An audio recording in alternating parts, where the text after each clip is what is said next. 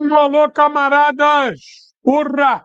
Bom dia, boa tarde, boa noite. Não interessa a hora que você verá. O importante é que estamos nas ondas para mais uma transmissão do canal Guerra Patriótica. Aqui é contra-hegemonia pura. Convido essa galera boa a avançar comigo, disparando o dedo no gostei. A gente hoje vai falar de guerra cultural. E para combater a guerra cultural, nós temos que estar presente nas ruas e nas redes. Então, no que tange a rede, peço que você me ajude aí para a gente metralhar esse algoritmo do capital e a gente poder avançar. Certo? Não vacila, arrebenta aí para a gente poder avançar o mais rápido possível. Vamos embora, vai disparando o dedo no gostei. Já deixei aqui na tela fixado o Pix para ajudar o canal. Qualquer coisinha ajuda. Ah, professor, só posso dar R$1, só posso dar R$2, não tem problema. Onde pinga não seca, entendeu? Qualquer ajuda é bem-vinda. Vamos avançar aí, disparando o dedo no gostei, me ajudando aqui nas redes. Eu vou botar daqui a pouco aqui as redes. Tem os livros e as placas. Por favor, não deixa de me ajudar com livro e placa, que isso é muito importante. A venda do material ajuda demais o canal, demais. Deixa eu ver se está aqui, só para botar aqui para vocês. Peraí, está aqui não. Aqui, ó. Vou botar aqui essa imagem aqui. Aqui é parte só, aqui não estão todas as placas, não. Parte das placas que o canal vende, para você ajudar não só o canal, mas ajuda a editora, Edições Guerra Patriótica. Aí, ó, as placas aí. Uma é 80, duas 130, três placas 180, quatro placas R$250 e tu ainda leva a quinta de graça, ou seja, 5 placas por R$50. Cada placa dessa tem 40 centímetros de comprimento por 15 de largura. Ela é impressa a laser em alta definição, num acrílico de 2 milímetros, quase que inquebrável. Quase que inquebrável. As placas são lavadas, você pode botar em ambiente interno e externo. Você enfeita a tua casa e sinaliza contra o fascismo. Não deixa de me ajudar. Os livros daqui a pouco eu ponho aqui, e aí está o Pix para ajudar o canal. Para comprar livro e placa, está aqui. Eu também trago a novidade seguinte: nós estamos começando a loja virtual do Guerra Patriótica. Essa loja ela tem, por fim, dinamizar a venda do material. Não vai ser mais comigo no WhatsApp, tudo eletrônico lá, tu entra, põe teu nome, tal, CEP, paga pelo Pix, vai chegar a informação para mim, tudo bem, eu despacho, mando para você, lá vai estar o rastreio, entendeu? Isso vai ser uma maneira da gente dinamizar a venda do material, mas também alavancar a editora, a Edições Guerra Patriótica. E a gente está com um livro novo que vai surgir já para o Natal. Né? No Natal tu vai ter livro novo para dar de presente para quem você gosta, ou então para se presentear também. E é um livro importante que vai falar da Segunda Guerra Mundial, só que fala de maneira um pouco mais ampla. Não vão ter só artigos sobre a União Soviética, vai ter sobre Brasil, sobre Alemanha, Inglaterra, Estados Unidos, Itália, vai ter um aspecto geral, entendeu? Vai ter bastante informação, tem um monte de especialista envolvido no assunto, então não é brincadeira, é coisa seríssima o que virá no próximo livro. Chama-se A Segunda Guerra Mundial e seus momentos decisivos. E para que a gente possa continuar avançando com essa coisa da produção literária, da produção de material para disputar também o mercado historiográfico. Né? O mercado historiográfico está aí, tão cheio de interpretações da Segunda Guerra Mundial feitas pela Guerra Fria. Eu duvido você achar um livro que fale do papel da União Soviética honestamente no Brasil. Procura aí. Vai achar. Entendeu? Até porque quem produzia isso era a União Soviética, ela já não existe há mais de 30 anos. E os livros que a União Soviética produziu estão escassos, ou estão na mão já da turma que consome isso, foram destruídos e perdidos, não existe mais. É uma pena que a Rússia não consiga reorganizar a Edições Progresso, pegar todo esse material e voltar a produzir. Se a Rússia não faz, façamos nós aqui mesmo. E a maneira da gente conseguir criar esses livros, reproduzir esses livros é com grana. E acho que todos vocês sabem como fazer livro no Brasil é caro, muito caro. Ainda mais quando a gente não consegue fazer uma tiragem grande. Se eu tivesse grana, ir lá na editora e falar assim, me dá aqui 5.000 exemplares. O preço do livro vai lá para baixo. Mas eu não consigo fazer tiragem de 1.000. Impossível. O máximo que eu consigo aí foi esse último livro, 775. 774 unidades, para ser mais exato. Porra, isso aí já me deixou aqui, ó. Eu fiquei estrangulado. Para vocês terem ideia, até vender 360 unidades para tirar o 0 a 0. Para vocês verem a situação como era difícil. Eu tinha que vender 360 unidades para tirar tudo que eu investi. O resto começava a contar como lucro. E aí tu fica no fio da navalha, né? Até tu vender isso, tirar tua grana e tu respira. Agora eu tenho que começar a tirar o resto, né? Correio, porque aí tu vai botando tudo, embalagem, tempo, aí tu bota tudo isso na conta, aí tu vê que o lucro final do livro é baixíssimo e tu tem poucas unidades para ganhar dinheiro. Se tu pega 400 livros e vende em um mês, tu recupera aquele dinheiro, pronto. Mas, porra, eu lancei o livro em maio. Maio todo, junho, julho, agosto, agora, final de setembro, que aquele livro acabou, né? O Caminho da Vitória. Então, peraí, gente, só um minuto.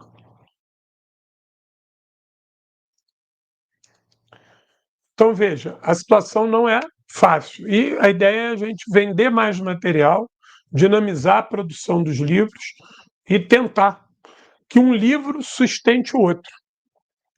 Que a venda de um livro consiga produzir, que se pague, que o livro se pague e produza fluxo de caixa para a gente produzir um outro livro. Porque senão eu fico sempre dependendo de quando eu posso, quando eu dá, quando sobra, e se acontece uma intempérie na minha vida, eu perco a condição de botar o livro na rua. Então a ideia, que é produzir 2 livros por ano, tem essa ideia. É ambiciosa essa ideia, bem ambiciosa. Produzir 2 livros por ano. Um que eu escreva e um que eu organize. Um que eu escreva e um que eu organize. É uma ideia super ambiciosa. E não é possível fazer isso sozinho, só com o apoio de vocês. Então, em breve, eu vou estar mandando o contato aqui da loja virtual, né, e vocês vão poder estar acessando e comprando material lá, vai ter desconto, vai ter uma opção de coisa interessante lá, que vai ajudar na venda e também é mais fácil para fazer a propaganda, né? Porque aqui eu faço propaganda de um livro, mas não consigo fazer de uma placa.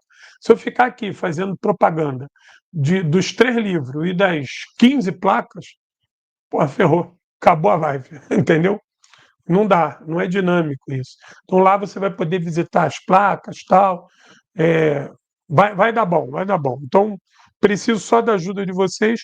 E esse momento é um momento de ascensão também do canal. Nós passamos dos 30 mil, né? Isso aí é bem bacana. Vamos arrumar, vai ajudar a arrumar para os 50 mil, tá bom? Então vamos embora, vamos avançar aí disparando o dedo no gostei para a gente trocar uma ideia de um assunto que é muito pertinente, que é a guerra cultural, né? Nós vimos um estágio da guerra cultural durante a Guerra Fria, que era, né, promover o capitalismo, promover o Ocidente coletivo, promover valores cristãos, brancos, héteros e hambúrgueres e Coca-Colas, demonizar o socialismo, abominar o comunismo e tudo que fosse produzido a nível de crítica ao capitalismo precisava ser demonizado e afastado, porque ou não era coisa de Deus, ou era coisa intangível, ou então não tinha comprovação. Essas três vertentes atacavam as forças progressistas durante toda a Guerra Fria. A Guerra Fria não se foi, pelo contrário. A gente vê que o sentimento anti-Rússia, anti-Venezuela, anti-China, até as taxas do Trump contra o Brasil provam, né, que a Guerra Fria está mais viva do que nunca, está mais quente do que nunca. Mas ela sofreu uma mutação, por quê? Nós estamos vendo uma decadência do liberalismo. O projeto liberal capitalista ele encontra-se não esgotado, mas em vias de um esgotamento que parece. Quando falar de capitalismo, a gente tem que ter cuidado, porque eles têm a capacidade de se reinventar muitas vezes. Mas esse projeto liberal capitalista, ele parece estar se esgotando. Ele parece dar sinais de que tem pouca área de manobra. Visto a situação dos três principais países europeus. Destaco a Alemanha, que era vista como o motor da Europa, né? E não é pouca coisa. Quando você fala de Inglaterra, França e Alemanha, esses três países mergulhados em crise econômica, crise social, não conseguem mostrar um crescimento substancial das suas economias. Todos três voltaram a querer ser potências militares. Tem dificuldade de bancar o projeto da União Europeia. Tanto tem que a Inglaterra saiu.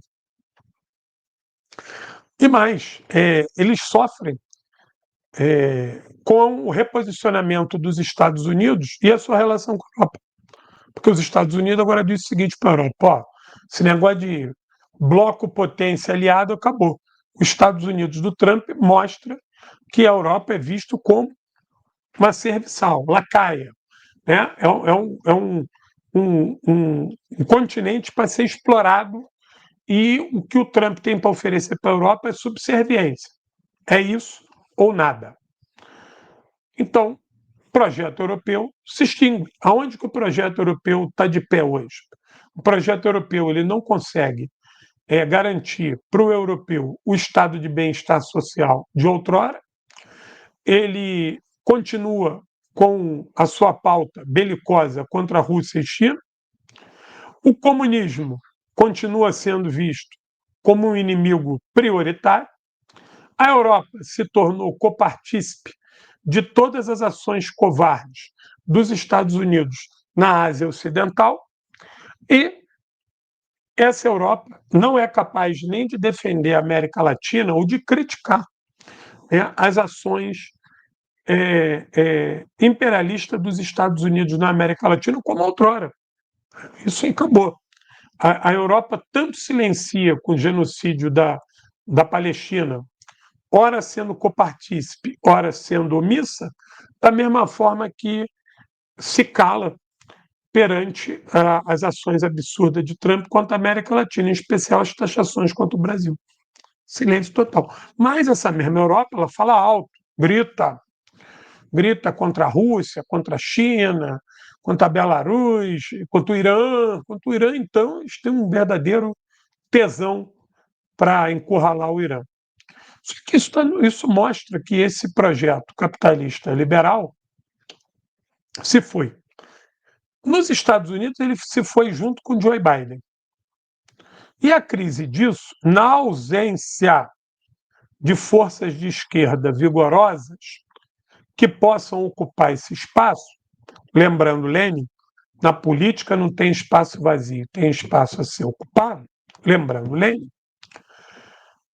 o fascismo está aí com tudo. O fascismo retorna ao cenário brasileiro, latino-americano, europeu, estadunidense e mundial. Mas esse fascismo, ele sai do gueto. Ele sai daquela condição de gueto que ele foi colocado pelos movimentos neofascistas europeus e até mesmo estadunidenses, que eram vistos até como violentos, absurdos, mas de uma maneira jocosa. Parte até da tolerância com esses movimentos é que eles não tinham força para influir no processo político da Europa, que era a grande caixa de ressonância da política de enfrentamento ao fascismo por conta da Segunda Guerra Mundial.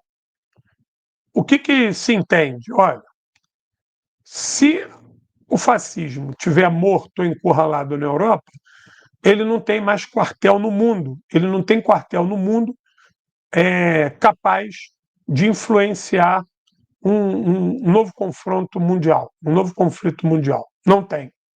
Não tem. Então, se ele tiver morto na Europa, ele está morto para o mundo. Isso era visto pelos liberais. Os liberais viam isso, né? Os liberais europeus e estadunidenses, aqui na América Latina, uma parte deles também via isso. Se lá não tiver, que está por aí, não tem mal nenhum. Mas não foi isso que aconteceu. Esses movimentos, eles perseveraram, se organizaram e, principalmente a partir do refluxo histórico do movimento comunista na Europa, nos Estados Unidos, na América Latina, na Oceania, não na Ásia. Esses movimentos foram ganhando corpo. A decadência estadunidense, ela é nítida. Nós podemos falar que há uma crise política, social, econômica muito grave nos Estados Unidos e que isso aponta uma decadência da sua sociedade. Mas isso não significa que é o declínio derradeiro dos Estados Unidos. Não. Ninguém pode apontar isso. Nós não temos nenhum estudo capaz de falar assim, olha, o declínio dos Estados Unidos é definitivo, que em tantos anos... Mentira. Quem pode falar isso? A gente pode falar de uma decadência, de uma crise, e que dá sinais de que um futuro sombrio pode se manifestar na terra do Tio Sam.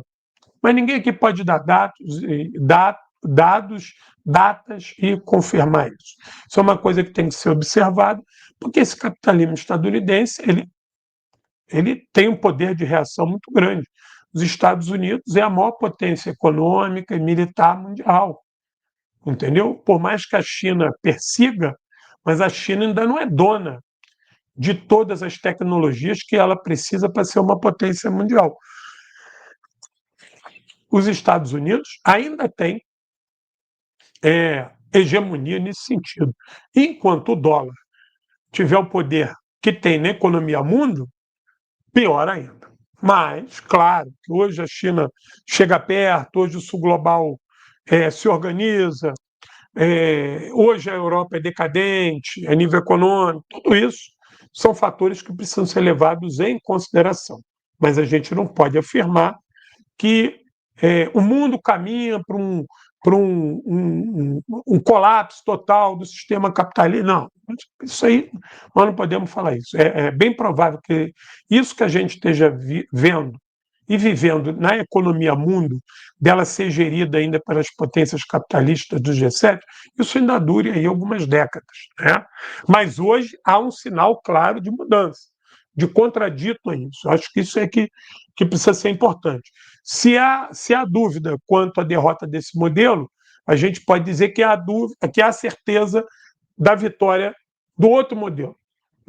É óbvio que esse modelo que está chegando de uma nova governança global, a partir do sul global e dessa liderança Rússia e China, é claro que esse movimento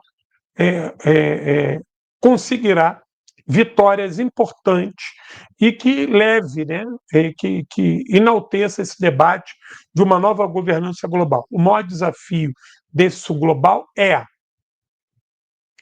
ultrapassar a barreira do dólar como fronteira econômica e conseguir se juntar, se organizar de maneira um tanto mais homogênea para combater esse reacionarismo global, essas forças reacionárias que os Estados Unidos ainda tanto controlam, que é a capacidade de reação a tudo que é revolucionário no mundo.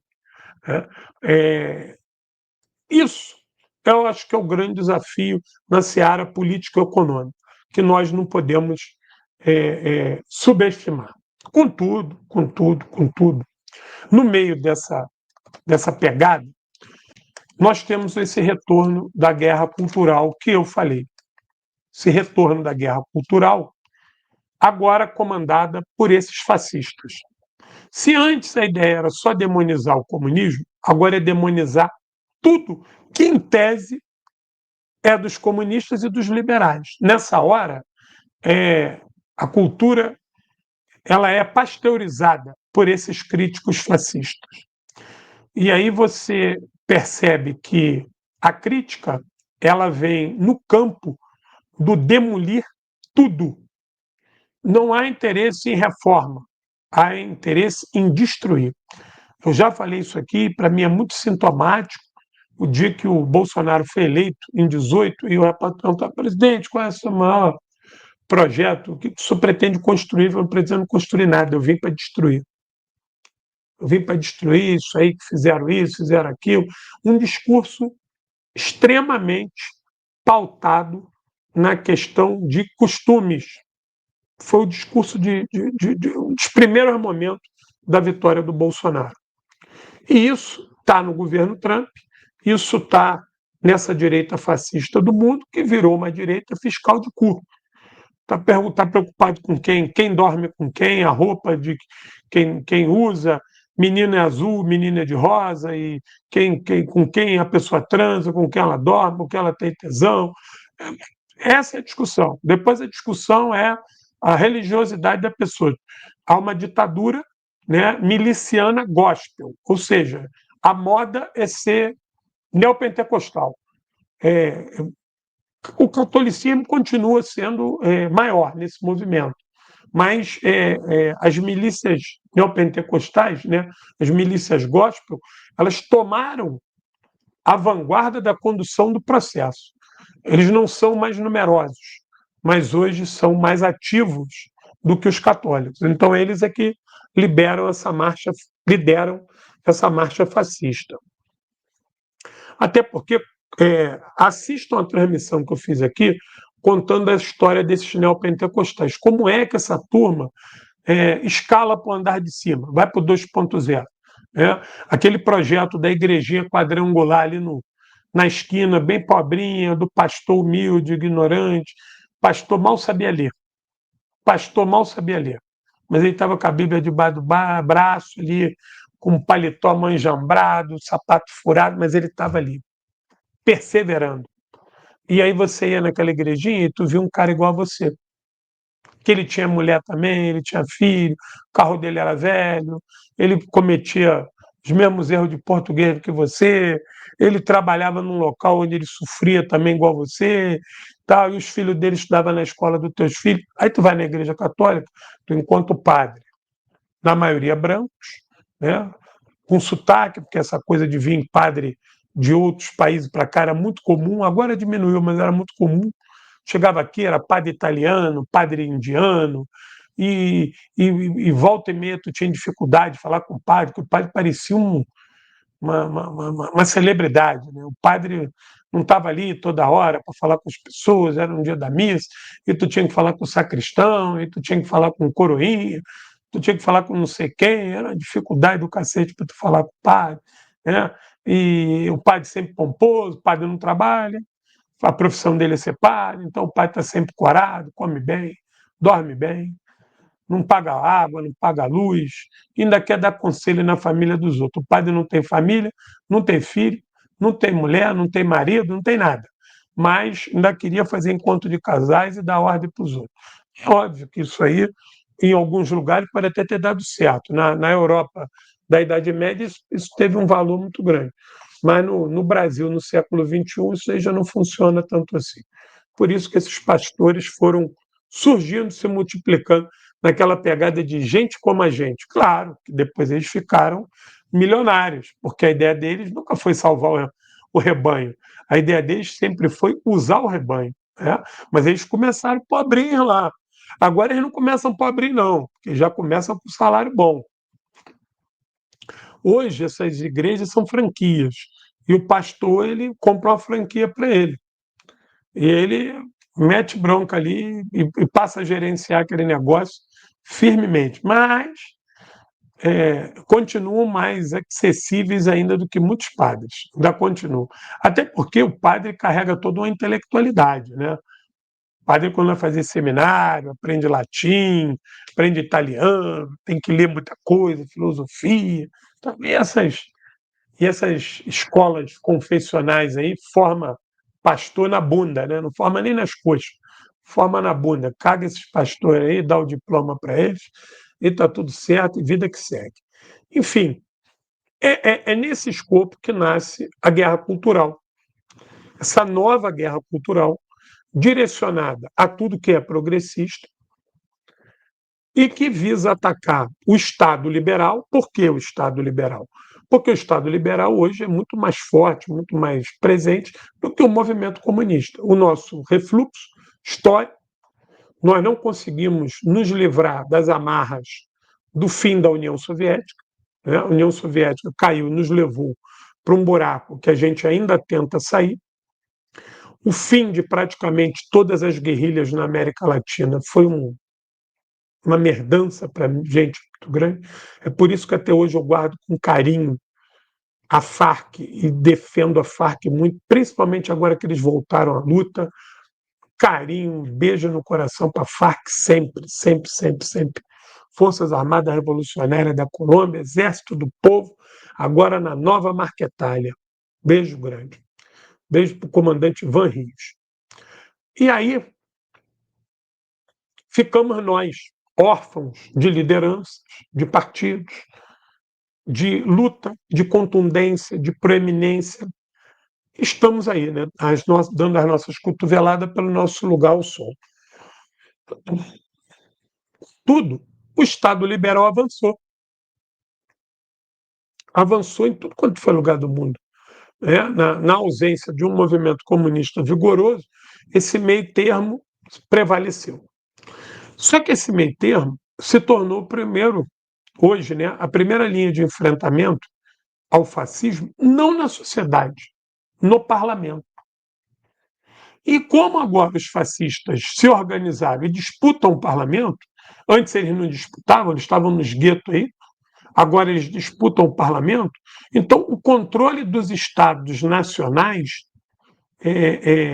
só pode ser obtido derrubando esses liberais.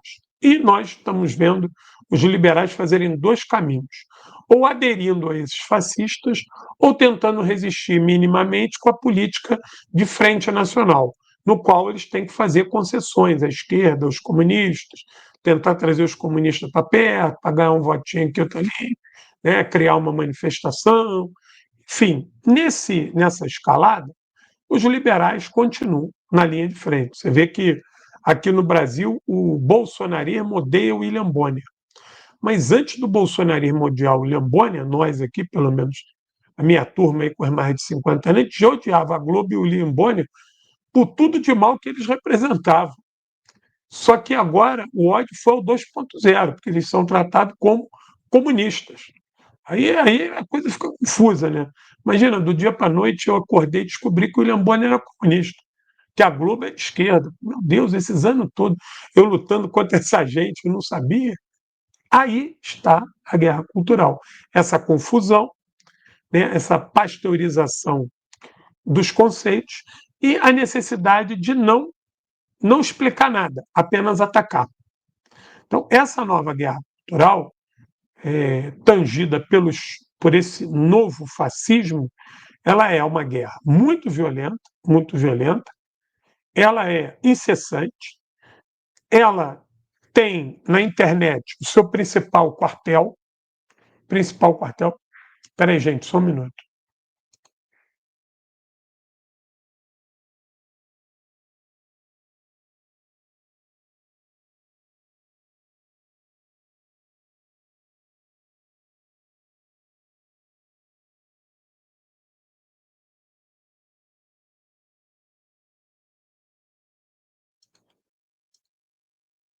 Bom, desculpa, voltemos aqui.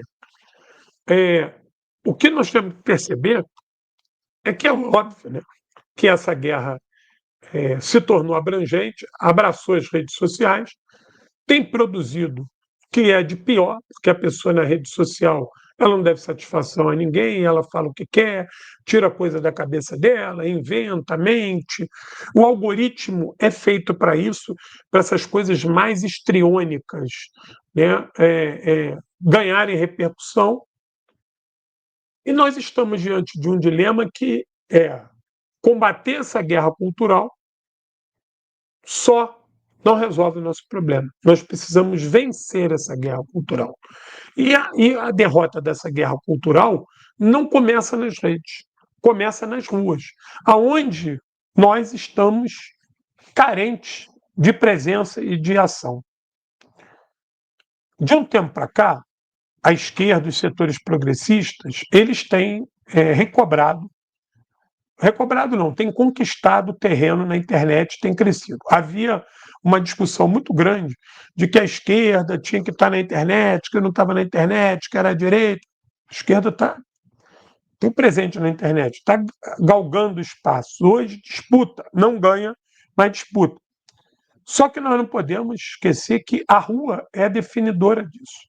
E as contradições, elas são desfeitas no mundo real, não na internet. Em tempos de inteligência artificial, a coisa fica pior ainda. Você precisa do tete a tete, do cara a cara. Você precisa do, do campo, do real, da prática. Né? Como a prática é o critério da verdade, a verdade só pode ser estabelecida no mundo real, no dia a dia, na rua, não é só na internet. E a guerra cultural, ela que começa desse novo bloco fascista na internet, ela tem ganhado a rua. Ela tem ganhado a rua. E a rua tem sido, digamos assim, um outro assunto tabu para nós, porque nós temos tentado trabalhar na rua, mas estamos encontrando uma parcela significativa da população, e esse efeito é um efeito mundial, dura, refratário às nossas pautas, à nossa demanda, ao nosso debate, ao nosso contradito. Por quê? Porque essas pessoas estão sendo inundadas por essa guerra cultural. Se nós não conseguirmos desfazer isso na seara prática, no dia a dia, na rua, quiçá no mundo real, onde essas pessoas são abduzidas com maior facilidade. Pois bem, atenção para o recorte que eu vou fazer. Aquele miserável, daquele Charlie Kirk, eu nunca tinha ouvido falar nesse cara, né? Nunca, até o dia que ele tomou o tiro. Depois vim saber que ele, nos Estados Unidos, entre a direita fascista, ele era uma grande referência, que ajudou o Trump na eleição, caramba, e vi os vídeos absurdos que ele fala, né, sobre escravo, sobre mulher, sobre negro, uma coisa absurda, absurda, absurda. E o que é pior, a direita aqui no Brasil não tem vergonha de colar a sua imagem nessa figura, apesar das coisas que ele fala. Por quê? Primeiro que esse tipo de coisa que ele fala é cortado, é relativizado. Né? Isso não entra no âmago da coisa quando a direita aqui no Brasil faz propaganda desse verme que já nos deixou. E segundo, que tem uma parcela da nossa sociedade que concorda cabalmente com o que ele fala. Então, o que para a gente soa como inteiramente inaceitável, as falas daquele miserável que já foi para o inferno, tem setores aqui que têm essa acolhida. Se você pegar boa parte das coisas que o Bolsonaro falou de 2018 para cá, não estão distantes do que esse Charlie Kirk falava. E o Bolsonaro quase ganhou a eleição em 2022. A diferença é bem pequena. Então, vejamos, nós estamos diante de um cenário caótico de guerra cultural, onde esse tipo de coisa, esse tipo de fala, esse tipo de teoria do tal do Charles Kirk é amplamente aceitada, isso na sociedade brasileira. Setores inteiros de pessoas, engenheiros, médicos, advogados, policiais, pedreiro, carpinteiro, desempregado, pintor, aceita esse tipo de coisa. Gente branca, gente cafusa, mameluca, negra, héteros, homossexuais. Nós temos uma infinidade de segmentos da sociedade brasileira que abraçam esse tipo de discurso, ou quando não abraçam, toleram. Mas por que toleram? Toleram porque acreditam que esse discurso ele é parte de um todo, né? Onde esse todo é muito mais complexo e perigoso, e aceitar esse tipo de coisa é possível e necessário para que se evite males maiores. E que ele falar isso, é o pensamento dele, está na liberdade de expressão, e que eu não necessariamente preciso concordar com isso. Mas você divide o caráter daquela pessoa em fases. Aquela hora que ele está falando aqui, eu não estou concordando, mas logo em seguida, outra coisa, eu concordo. Então, eu não estou analisando um caráter geral, eu estou analisando um caráter de fases. Essa foi a primeira vitória da guerra cultural. Você subdividiu o ser humano. Ora, ele está ali falando mal contra negro. Mas isso eu não concordo. Aí ele vem para aqui, fala contra os comunistas, mas isso eu concordo. Então eu vou ficar do lado dele porque ele está contra os comunistas. Mas tu é negro, ele fala contra ele. Não, mas isso aí não tem problema, que o meu inimigo é o comunismo. Meu inimigo não é o branco racista. É mais ou menos isso. Por quê? Porque foi trabalhado durante anos para esse cidadão negro, em tese, né? Hipotético aqui que eu estou criando, pior do que o racismo é o comunismo. Porque ele não vai voltar para o tronco. Aquela coisa de pau de arara, tronco, aquilo ali acabou com a escravidão. Mas você vai ser discriminado, porque tu é negro. O cara que é branco não vai gostar de você. Tu tem que aprender a viver com isso. Tu não vai apanhar, tu não vai ser preso, mas tu vai ser discriminado. Agora, o inimigo não. O comunismo não. O comunismo vai querer te comer. O comunismo vai comer você e tua família. Vão assar pedacinhos de você, vão te escravizar e depois vão te comer. Essa digamos assim, a porta de entrada dessa guerra cultural que nós estamos vivendo. Quando ele foi assassinado, o tal do Charlie Kirk, a primeira coisa que toda a direita estadunidense falou foi a esquerda. Foi a esquerda. Esquerda, foi esquerda, foi esquerda, foi esquerda, foi esquerda. E isso chegou aqui no Brasil numa velocidade da luz. Aqui já estava Nicolas Chupetinha, que é o porteiro do consulado americano, gritando esquerda, e todo mundo foi à esquerda. No outro dia eu vi aquele idiota lá de São Paulo, pave não sei o que lá, um branquelo, pavinado, falando que foi à esquerda, que é mentira, que não foi à direita, não foi à esquerda, estava escrito na bala, sei lá, porra lá. Não sei nem como é que tu vai escrever isso na bala, porque projetil, quando dispara e pega teu corpo, ele se deforma todo. Não sei nem como é que tu consegue escrever alguma coisa ali. Enfim, eu nem vi essa coisa de escrever, se isso existe, depois vocês me contam aí. Continua testando que é a direita. E o governador, eu acho que é do estado de Ohio, né? Onde ele foi assassinado. Deixa eu confirmar aqui, ó. Aqui, ó. Deixa eu ver aqui, ó.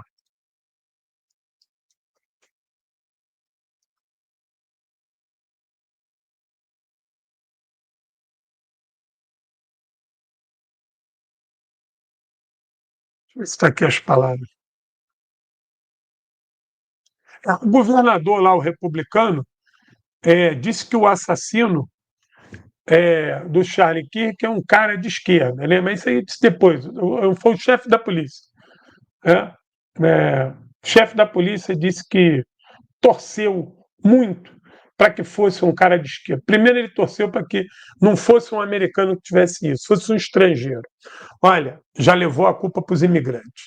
Dois, depois ele torceu muito para que não fosse um cara de direita, fosse um cara de esquerda, porque a esquerda é violenta. Coloca a esquerda no balaio de violenta. E Depois ele afirma que o Kirk era um cara pacífico e que ninguém poderia ter feito isso com ele, porque ele era um cara pacífico que nunca fez mal a ninguém. E colocou todo mundo nesse estado de atenção, né? Parece que demorou em torno de 3 dias para se descobrir que, obviamente, seria uma figura de esquerda, né? Parece que era óbvio, né? Que ia pintar alguém de esquerda nesse caso aí. Parece que tudo indicava para isso. Não vai pintar alguém de esquerda aí, foi alguém de esquerda que fez isso. E isso não aconteceu. O fato disso não ter acontecido deixa todo mundo triste, porque eles queriam a propaganda da esquerda, demonizar a esquerda. E veja, existe a falsa equivalência que a guerra cultural faz. Todos nós sabemos que esses setores de direita, principalmente nos Estados Unidos, são extremamente violentos. Esses moleques que vai de escola, faz chacina, faz o diabo, todos eles estão muito ligados a essa ideologia da direita, esse reacionarismo, a figura do Hitler, dos fascistas, eles sabem disso. Mas eles tentam falar que existe dois extremos, a extrema esquerda e a extrema direita, que elas se retroalimentam e que uma existe em função da outra. Só que nós não temos extrema esquerda nos Estados Unidos. A gente não tem movimentos de esquerda nos Estados Unidos assassinando ninguém. A gente não tem movimento de esquerda nos Estados Unidos matando ninguém. A gente não vê ninguém de esquerda invadir escola lá e fazer chacina. Aqui no Brasil, a mesma coisa. Se acusa o MST de ser violento.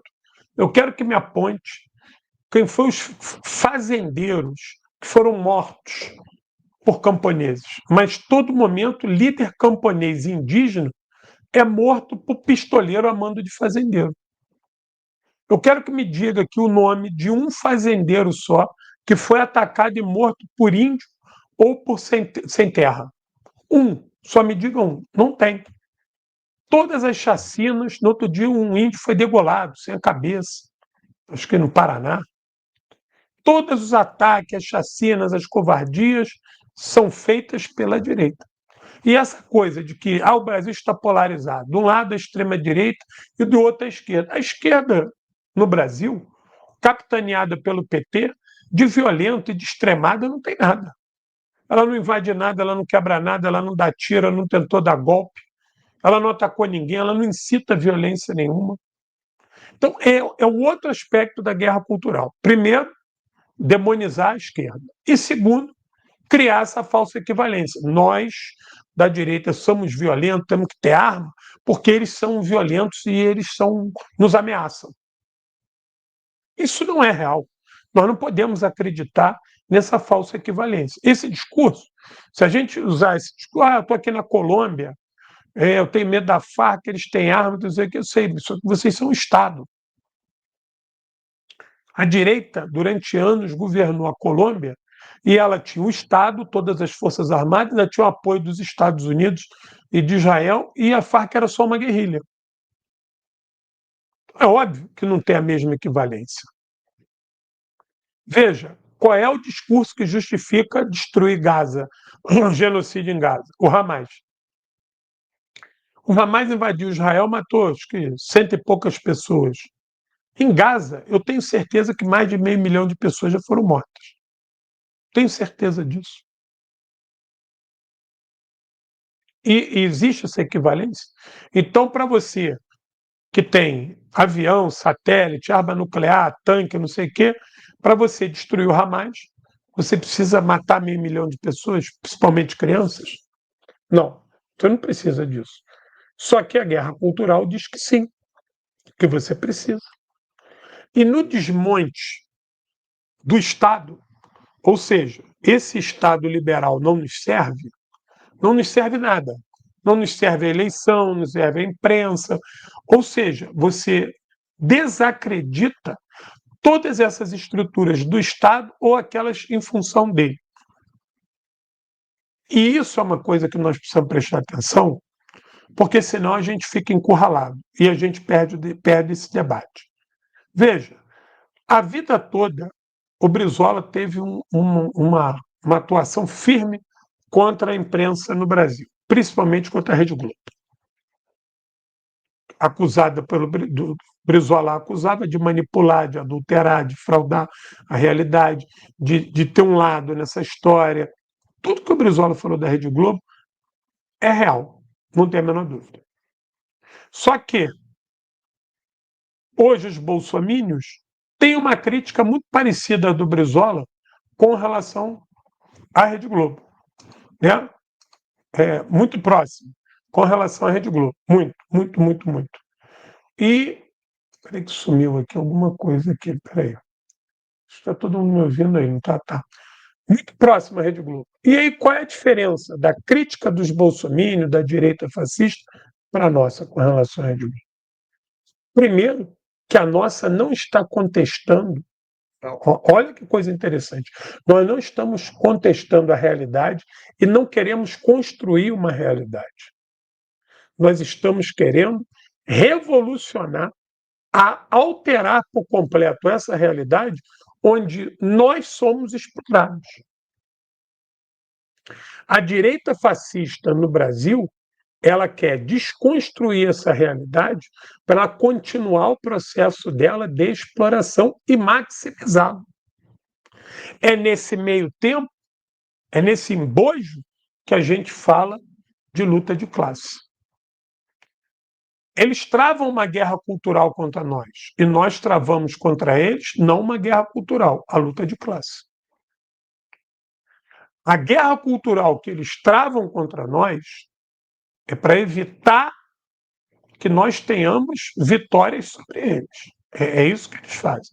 E a luta de classe que nós travamos é para que eles deixem de existir enquanto patrões, enquanto exploradores. Nós temos uma necessidade de fazer uma revolução, de revolucionar o nosso país. Eles são fascistas, eles não fazem revolução. Fascista não faz revolução. São reacionários. Quem é reacionário não revoluciona. Mas eles desejam se apropriar de um aparato estatal que eles vão moldar a imagem e semelhança do fascismo, que eles não controlam ainda, né? Por quê? Porque o projeto deles ainda não é hegemônico na sociedade, mas eles precisam se apropriar do aparato estatal e das superestruturas para, a partir dali, nos esmagar. O que nós temos para oferecer? A luta de classes. Porque quando a gente localiza essa direita fascista ao lado dos patrões, dos ricos, dos empresários, dos exploradores, o discurso da guerra cultural fica em segundo plano. E aí não é mais se eu uso rosa, se eu uso a bandeira do arco-íris, se eu durmo com homem, se eu durmo com mulher, se eu uso brinco. Não é mais esse debate. Aí o debate é a escala 6x1, é o imposto de renda lá para quem é 5 mil, é aumento do salário mínimo, é escola pública, é tarifa zero no ônibus. Essa discussão eles perdem. E como eles perdem nessa discussão, o debate nacional tem que estar na pauta moralista, na pauta de costumes. Porque a pauta moralista e a pauta de costumes, ela não é uma pauta que precisa de muito debate. É só você invocar o poder das tradições. É só você invocar conceitos que estão sedimentados no nosso país há 500 anos. Então, eles trabalham com a história do lado deles. Uma história que nós negamos e precisamos subverter. Que não é uma tarefa fácil. Que não é uma tarefa fácil. Contudo, quando nós jogamos no campo da guerra cultural, a gente tem dificuldade para avançar. A gente tem dificuldade para falar para o bolsominion que não vê problema nenhum do homem usar saia e um homem beijar outro e um homem morar com outro. Esse debate, a gente tem dificuldade de travar. Eu digo dificuldade de travar, não a dificuldade de defender isso e de entender isso. A dificuldade da penetração desse nosso discurso de naturalizar a liberdade religiosa, a liberdade amorosa do ser humano, que isso não é o problema da sociedade. A gente ainda tem dificuldade nisso. Por quê? Porque nós temos uma sociedade ainda homofóbica, racista, refratária a esse debate. Claro que nós já avançamos muito, mas ainda temos essa dificuldade. Aquele que prega essa heteronormatização, prega racismo, homofobia, essas coisas, ele ganha mais terreno. Mas quando a gente leva isso para o debate da escala 6x1, quando a gente leva o debate para o salário mínimo, esse debate é nosso e que nós não podemos perder. Então, debater a pauta de costumes, nós devemos fazer, mas não é ela o motor da conscientização das massas. Isso não é o nosso motor. Contudo, a nossa ausência no cenário internacional e também no cenário nacional, atacando a exploração capitalista, criticando a ascensão do imperialismo, isso nos tira do debate, nos coloca de maneira menor no debate sobre as lutas, no debate da luta de classes, e isso dá terreno para que essa turma avance na guerra cultural sobre nós. Quando se fala, jocosamente, o MST, a organização terrorista que invade, a gente tem dificuldade de falar, o MST não captou ninguém. Quem morreu por uma invasão do MST? Pelo contrário, o MST morre, não mata. O MST é um movimento tão pacífico que só morre, não mata. É quase que um movimento de franciscano, aquela história do que Jesus toma um tapa de um lado e oferece a outra face. É quase que isso. MST não dá tiro em ninguém, nem nunca deu. Até a vez que tentou radicalizar um pouquinho com o Zé Rainha, deu uma merda do caralho. O Zé Rainha até expulso do MST foi. Entendeu? Até expulso do MST foi. Então, por que nós permitimos esse debate? Né, de que a esquerda é violenta, o MST é violento. Por que nós permitimos esse tipo de coisa? Por que a gente não adentra no debate da luta de classe? Pela nossa ausência nas ruas. Isso é terrível. Isso nos causa assim, uma dificuldade muito grande, porque nós ficamos perdidos nesse debate.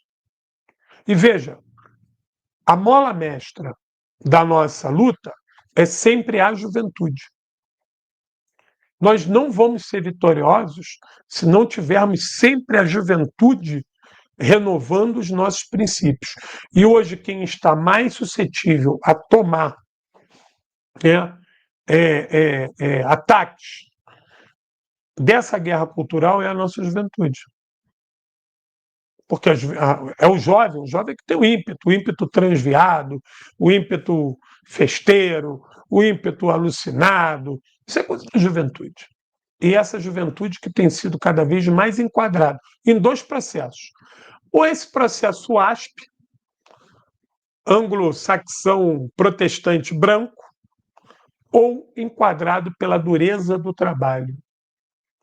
Ter que cada vez começar a trabalhar mais cedo, muitas das vezes na informalidade, com baixos salários, e esse jovem tem encontrado pouco ou nenhum espaço para ele dividir os seus anseios, que não seja ou esses círculos reacionários da internet, ou então o banco frio dessas seitas neopentecostais. Nesses dois ambientes, a guerra cultural é travada com uma violência absurda, com um enxame de notícias falsas, e onde as mentiras alimentam ciclos, né, sistêmicos de doutrinação, eu gosto muito dessa palavra, de doutrinação de direita, e com pitadas fascistas. Se nós pegarmos toda a bancada do PL, de Nicolas Chupetinho a a Damares Goiabeira. Você não consegue entabular um debate profícuo com nenhuma dessas figuras, nenhuma, Bilinski, tu não consegue. Quando você ouve dessas pessoas, são chavões, senso comum, mentira, negativas da realidade, distorção, é só isso que vem. Você não consegue, de maneira dialética, entabular um debate com essa gente. Esquece. Isso não vai acontecer. E aí a gente fica assim, pô, mas como é que pode? São pessoas ignorantes. Eu cansei de falar isso, né? O Bolsonaro não consegue articular uma frase com 10 palavras. E isso me chamava a atenção, a pobreza cultural e a ignorância dessas pessoas. Em algum momento, eu falei assim, bom, a população não vai acreditar nessa gente tanto tempo, não vai conseguir seguir com essas pessoas tanto tempo. E aí eu me peguei que a nossa população, né, também está nessa situação. Que esse parlamento é reflexo do nosso povo e o nosso povo é reflexo desse parlamento. Quando você vê cada vez mais desses pastores de seitas neopentecostais virando vereador, prefeito, deputado estadual, governador, deputado federal, senador e até daqui a pouco postulando o cargo de presidência da República, daqui a pouco a gente vai ver isso, eu não duvido, escreve o que eu estou te dizendo, eu não duvido nada que daqui a pouco uma figura como Malafaia diga que está vindo candidato a presidente da República para tentar representar toda a direita com a missão divina e que ele está se sacrificando pelo povo. Não duvido nada. Porque esse babaca ele não está em cima de carro de som defendendo o Bolsonaro à toa, não. Esse cara ele só se move por dinheiro. Então ele sabe que ele pode ampliar o poder e a capacidade financeira dele vindo num cargo desse. Quando ele fala que ele não quer ser parlamentar, ele não quer mesmo, ele não quer ser senador. Senador é ruim, é muito trabalho para quem. É muito trabalho para ganhar pouco. Ele ganha muito mais nas igrejas dele aí, contando as conversas dele. Mas dentro de um projeto ampliado, daqui a pouco ele mete que é presidente, ou uma figura dessa daí hedionda, dessas seitas neopentecostais. Por quê? Porque esse projeto miliciano gospel, ele avança. Aqui no Rio de Janeiro.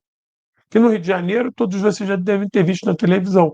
Nós temos um bandido aqui famoso, tal de Peixão, que ele criou o Complexo de Israel, um complexo de comunidades e favelas, comunidades que são bairros pobres e favelas ao redor, no qual ele é de uma dessas seitas neopentecostais e que reza. Ele vai para a igreja, anda de Bíblia, faz culto no meio da rua, diz que é temente a Deus e que, apesar de tudo, é um traficante de Deus. Apesar de tudo, é um traficante de Deus. Você chega nessas favelas controladas pelas milícias, pelos grupos paramilitares aqui do Rio de Janeiro, você também vai encontrar lá as igrejas e esses milicianos rezando nessas igrejas junto com os policiais amigos dele. Também num projeto miliciano neopentecostal. A gente tem visto como é que essas igrejas neopentecostais têm avançado para dentro dos quartéis de polícia, travando a guerra cultural, primeiro, contra o ateísmo, segundo, contra o comunismo, terceiro, contra as distorções dos liberais, da promiscuidade, dessa coisa de homem com homem, mulher com mulher, que tem que o menino andar de azul e mulher andar de rosa, ou seja, reafirmando essa doutrina reacionária nos quartéis de polícia. Mas por que a polícia se tornou estratégica? Pela contenção social. Quem faz a contenção social é a polícia militar. Vê se isso avança entre a polícia civil, entre os agentes penitenciários, entre a polícia rodoviária federal, entre a polícia federal. Não que nesses setores também não tem esses milicianos gospel, tem. Mas o avanço sistemático é nas polícias militares. Culto. No outro dia eu vi uma imagem no Instagram de uma igreja dessas neopentecostais lá em Curitiba, cheio de viatura, na porta da igreja na hora do culto, de sirene ligada, com autorização do governador. Com autorização do governador. Com autorização do governador. E essa relação de promiscuidade com a polícia não é novidade, porque ela começou com os bandidos também. Porque quem começou a fazer trabalho humanitário dentro dos presídios, junto aos bandidos, foram essas seitas neopentecostais. E nessa de converter bandido, de trazer bandido, foram multiplicando as franquias dessas seitas dentro das comunidades, aonde elas passaram a moldar o processo político-eleitoral de rebanho dentro da favela. Eu fiz muita campanha dentro de favela aqui no Rio de Janeiro e bandido nunca se meteu nisso. Bandido relegava isso à associação de moradores. Meu irmão, a associação de moradores que decide aí. Bandido nunca se meteu em eleição. De 10 anos para cá, tu não faz campanha em nenhuma favela se não tiver autorização do bandido. Não vai fazer. E detalhe, para fechar a candidatura tem que ir na boca. Para fechar a candidatura tem que ir na boca. Se tu não for na boca, tu não fecha candidatura nenhuma. Tu não vai fazer campanha em lugar nenhum. Então, veja como é que essa guerra cultural foi sendo travada no subterrâneo e nós estamos perdendo nessa guerra cultural. Nós estamos perdendo nessa guerra cultural porque a gente não está avançando na luta de classe. A gente só responde a essa guerra cultural avançando no escopo da guerra de classe. Na luta de classe, perdão. É ali, é na contradição do capital e trabalho, de explorados contra exploradores e de ricos e pobres. Essa contradição que nos interessa. Nós vamos abandonar a guerra cultural, não vamos travar, não vamos defender a comunidade LGBTQIA+. Não, vamos defender com unhas e dentes. E somos parte dela. Somos parte, vamos defender, estamos com ela está com a gente, nós somos um todo. Há toda uma resistência desse campo democrático mais ampliado, que nós temos que fazer parte disso. Mas isso só não garante a nossa vitória. Isso só não garante a nossa vitória. A gente precisa avançar duramente, a gente precisa avançar barbaramente na luta de classe, porque ela faz essa turma recuar. Quando houve a facada do Bolsonaro, isso é um assunto que eu lamento que o Lula não queira. Eu tive uma informação, quando o Lula ganhou a eleição, naquela semana da vitória, eu falei com um deputado federal muito próximo do Lula, do PT, e que estava ali com o Lula naquele momento, e ele me ligou, esse deputado, muito animado: João, vencemos, agradecer o trabalho aí e tal, porque a gente, a comando do professor Francisco Carlos Teixeira da Silva, nós fizemos um grande movimento para resgatar os brisolistas antigos do Rio de Janeiro para botar na campanha do Lula. Vê que essa história de Ciro Gomes, a gente fez esse movimento. Nós não admitimos que nem o PDT, nem o Ciro Gomes pegasse a imagem do Brizola nesse momento, porque o Brizola nunca deixou de apoiar o Lula nesses momentos de dificuldade, ainda mais na eleição contra o Bolsonaro, né? Então esse negócio de terceira via comandada por Ciro Gomes não era com a gente. E nós conseguimos fazer isso. O comando dessa operação foi do professor Francisco Carlos Teixeira da Silva, ele como uma pessoa que trabalhou no governo Lula, no governo Brizola, na Secretaria de Educação com a Maria da Linhares, conhece toda aquela turma ali, e nós reunimos lá no Sindicato dos Engenheiros no Rio de Janeiro, todos, eu acho que os brisolistas da velha guarda que ainda estavam vivos e com condições de andar, todos, das pessoas da melhor condição, da melhor estirpe política possível do brisolismo. Eles foram para lá e se manifestaram em defender o Lula, a vitória do Lula e apoiar o Lula, e tudo bem. E esse deputado ligou. depois para agradecer esse movimento que nós fizemos. E uma das coisas que eu falei para esse deputado, eu falei para ele assim: olha, existe essa questão do Adélio, isso é uma guerra contra a gente, nós precisamos descobrir isso. Isso a Polícia Federal tem que investigar, o Lula, já tem muita gente que já falou, o Lula que tem que fazer isso, tem que fazer aquilo. Eu não vi o Lula com vontade de fazer isso, não, porque isso aí pode acender outros problemas. Falei, deputado, não deixa morrer isso, não. Isso está na conta da esquerda. O documentário do Joaquim de Carvalho 247 é muito vigoroso sobre isso. Esse Adélio não é de esquerda, esse rapaz foi usado, e meu medo é que no futuro essa dinâmica continue, porque nós não descobrimos isso, não investigamos isso. O governo Lula quis investigar, isso estava a cargo da Justiça, a Polícia Federal já tinha dito que não tinha nada disso, que não tinha conspiração, e isso ficou. Existe aquela figura daquele, acho que é Borverger, né, Marcelo Borverger, que é o policial federal, que o Joaquim de Carvalho não conseguiu entrevistar, que era o chefe ali daquela situação em Juiz de Fora com o Bolsonaro, e que depois segue com o Bolsonaro para a BIM, para não sei para onde, e é um cara de confiança do Bolsonaro. E nesse inquérito do golpe do 8 de janeiro, esse cara aparece como uma das lideranças. Inclusive, esse cara aparece em um desses dois planos aí, eu não sei se é o Copa 2022 ou se é o Punhal Verde e Amarelo, ele está num desses planos. Ele é um policial federal. E esse cara parece que foi mandado pelo Bolsonaro, inclusive, para os escritórios da Polícia Federal nos Estados Unidos. Ele estava trabalhando nos Estados Unidos junto com o FBI, com o CIA, a porra toda. Ele voltou depois, né? E estava nessa sacanagem aí. E eu pergunto a vocês: será que se a gente tivesse feito uma investigação mais profunda sobre aquela história da facada, a gente não teria descoberto o ethos desse 8 de janeiro, com punhal verde e amarelo, com Copa 2022 e tudo? Será que a gente não tinha encontrado isso? Será que a gente não tinha encontrado uma parte significativa dessa armação contra a esquerda? Porque é óbvio que visa derrubar o governo Lula, que o governo Lula é visto como inimigo. Mas isso também é contra a gente.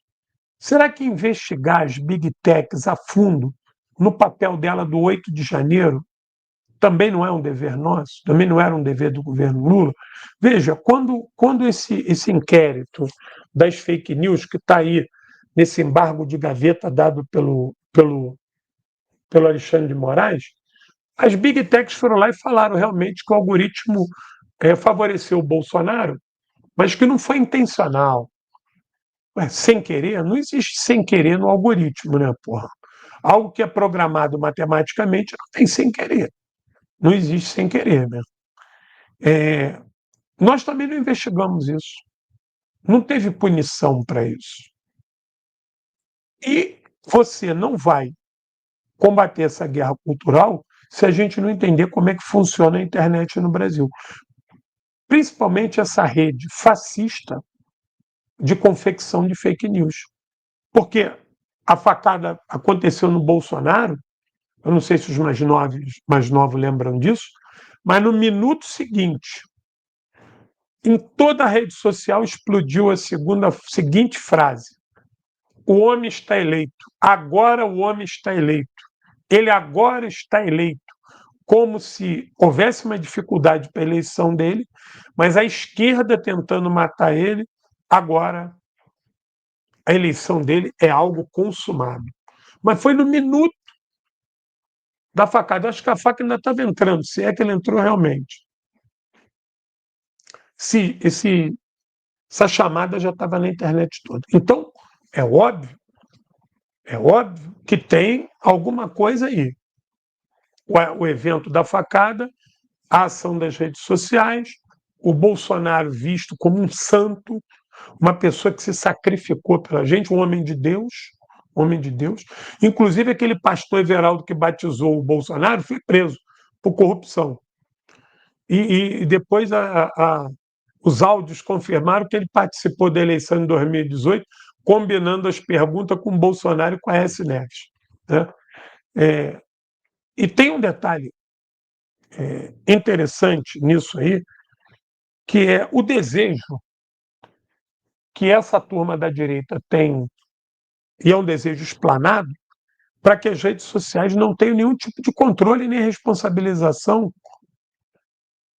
por tudo que transita nela. Porque eles têm, veja, se a pauta deles é esse moralismo, na internet não pode falar de droga, de sexo, de pedofilia, de tudo isso. Isso não pode estar na internet. E não tem maneira melhor do que o controle social da internet para impedir isso, né? Isso deveria estar, né, no escopo dessa gente. Mas não. O discurso deles de proteção de criança, adolescente, de moral de bons costumes, é posto de lado quando se prega a um laissez-faire da internet, né? Um deixa fazer, deixa passar de tudo.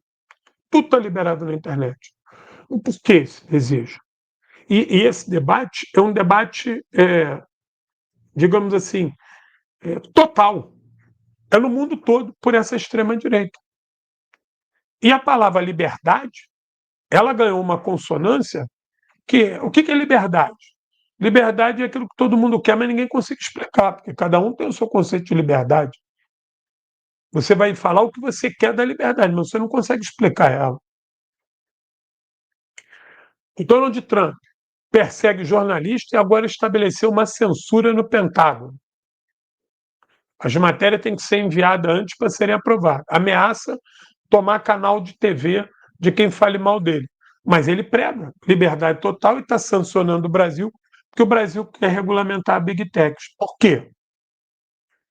Porque a luta cultural dessa gente não é mais travada na televisão. Eles entenderam que a televisão é dos liberais. Tirar a televisão dos liberais é difícil. Não precisa. A gente cria na internet a nossa televisão, o nosso jornal, a nossa plataforma de costume. Ela é alimentada diariamente, a mentira pode circular, a capacidade de você controlar e penalizar a internet é difícil, porque lá tudo é muito dinâmico, entendeu? A velocidade da internet é muito maior. Você, para botar um jornal no ar, você precisa de uma produção. Na internet é só um muquirana pegar um telefone e falar uma bobagem, que aquilo pode virar um... E ainda dá dinheiro. Aquilo ainda se sustenta. Você, para botar um programa na televisão, tu tem que pagar muito primeiro equipe, luz, iluminação, câmera.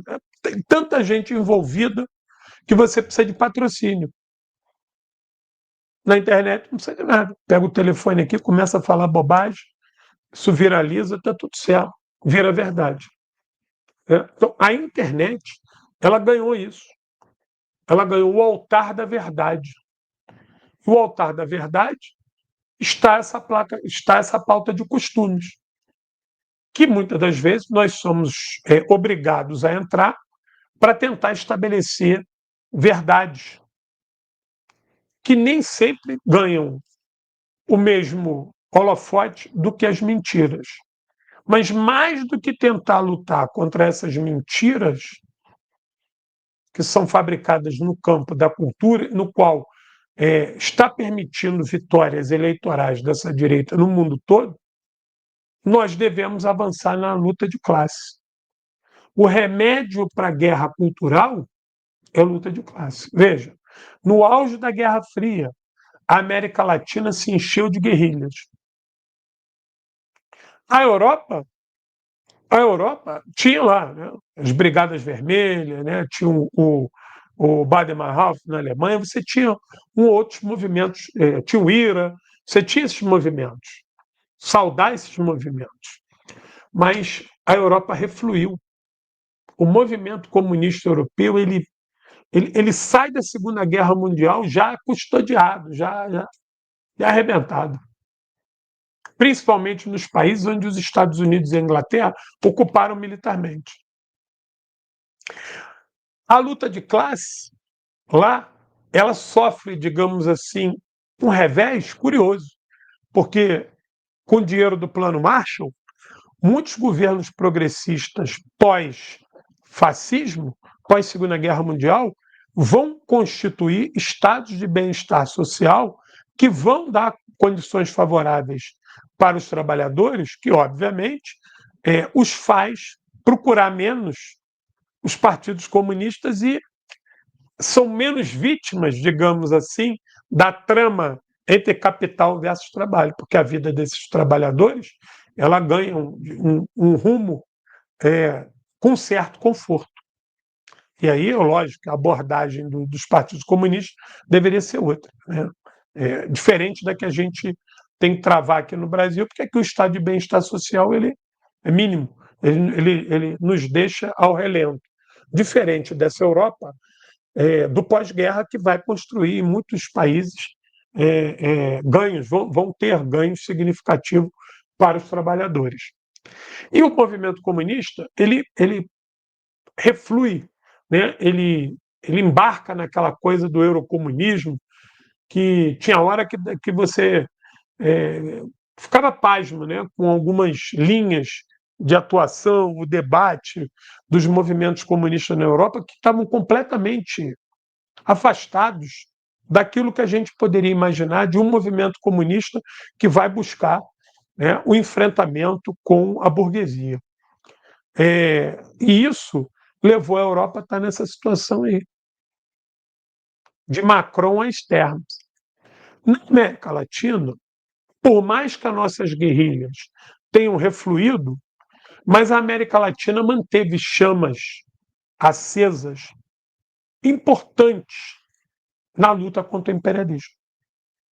Você vê que em praticamente todos os estados da América Latina, todos os países da América Latina, você tem uma polarização de esquerda e direita. Você tem, pode ser a esquerda mais abundona do mundo, mas você tem.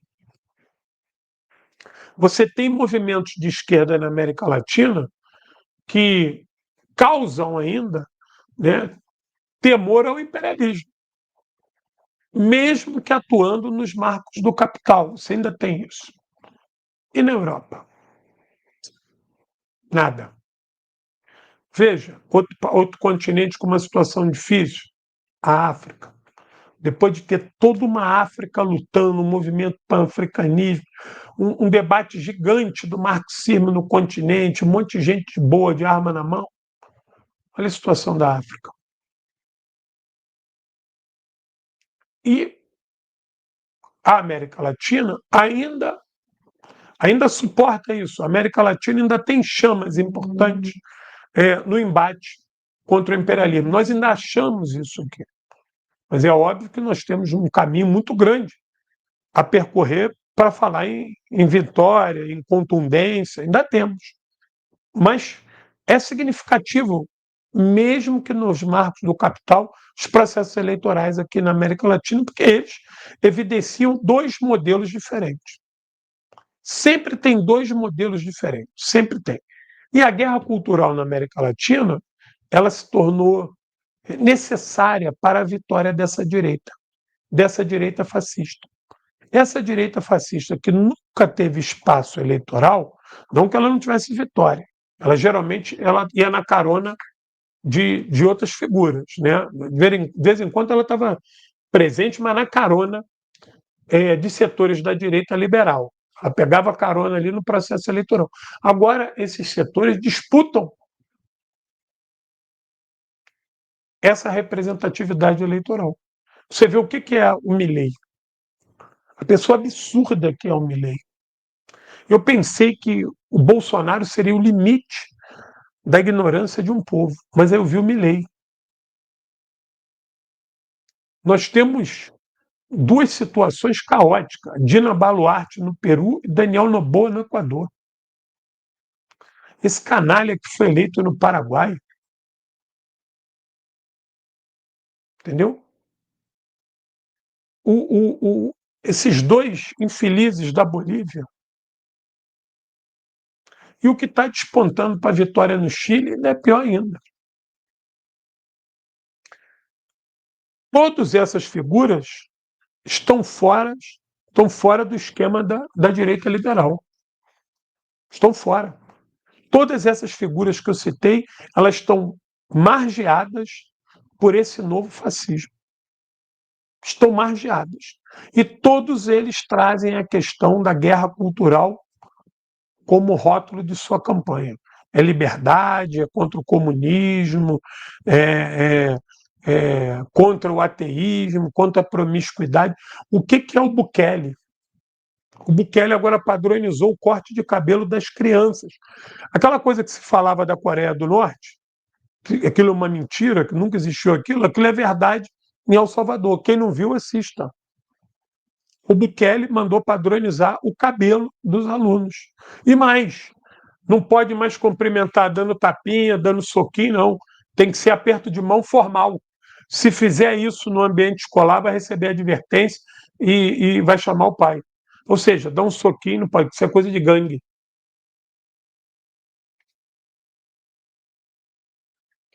A prisão que o Bukele construiu para enfiar um bando de gente ali que não tem nem condenação e que o Trump usou como uma prisão para enviar imigrante. Tu extradita o imigrante e põe o cara preso. Não vem tu mandar o cara de volta para o país dele, ó, meu irmão, aqui tu já rodou, vai embora para o teu país. Não, estava prendendo lá, nicaragüense, venezuelano, tudo preso em El Salvador e o governo americano pagava. Para que tá prendendo os caras ali? Ou seja, é a guerra cultural que o Trump desenvolve contra qualquer estrangeiro. Lembra o governador lá que eu falei no início da transmissão, Charlie King? Torci para ser alguém de fora do Brasil, alguém de fora dos Estados Unidos, o estrangeiro. O estrangeiro é o mal. Bom somos nós. Estrangeiro é o mal. O diferente, o de outro lugar. Né? E, e isso tem feito eles avançarem,